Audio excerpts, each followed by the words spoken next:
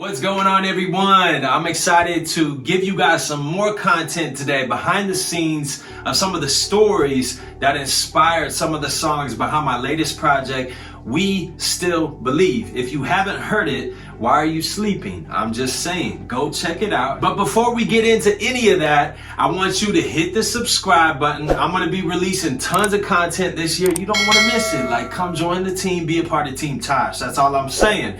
Hit the like button. Let's get into it. I want to talk about the song Well featuring Charlie Rey. Now, if you follow me on Instagram, TikTok, all that stuff, you heard me talk about this song for like a minute. That's it. So there was a lot that went into the content of this song. And again, if you listen to my last video, I talked about how I thought this might be my last project. Well specifically focused on the vanity that I've found existing in this thing called the music business. I have been in the music industry for over a decade, and I've seen some things. Anyone that has rise to a certain level, you kind of get to peel behind the curtains, and a lot of times you don't like what you see behind those curtains. You see people doing things that they shouldn't be doing. You hear people say things they shouldn't be saying to others. You have to guard your heart from bitterness, from anger, from anything that would try to come in and kind of take you out. So there's that whole thing. Then there's just the politics of that you have to deal with on a regular basis. Trying to get your music heard on playlists, trying to get on tours, trying to get radio play. The list goes on and on and on and on.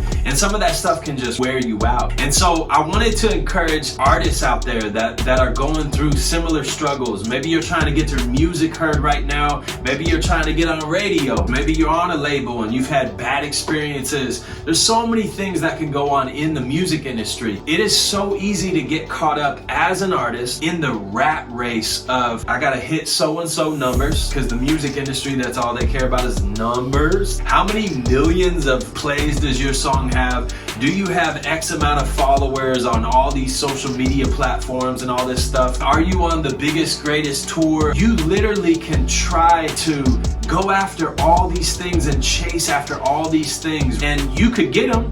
Cool. Like, I'm not saying that's a bad thing. If you have tons of followers, it's not, there's nothing evil about that. In fact, I want more influence to impact people, but I've also seen people chasing that to get acceptance, or, chasing after fame, which is completely empty. I've seen all of those things. And then even me existing in the music industry, like, I have wrestled with constantly worrying about how many views is this going to get?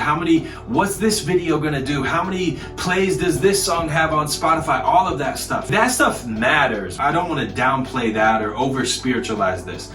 But when you take a step back, at the end of the day, like, I have to stand before God, and God, I don't think is going to say, hey, your song could have had probably 1 million more hits. I'm just not pleased with you. No, like, was I faithful with what he gave me to do? And more importantly, did I love him above all? And did I fight to keep that relationship the main thing? Did I love Jesus with every single ounce of me?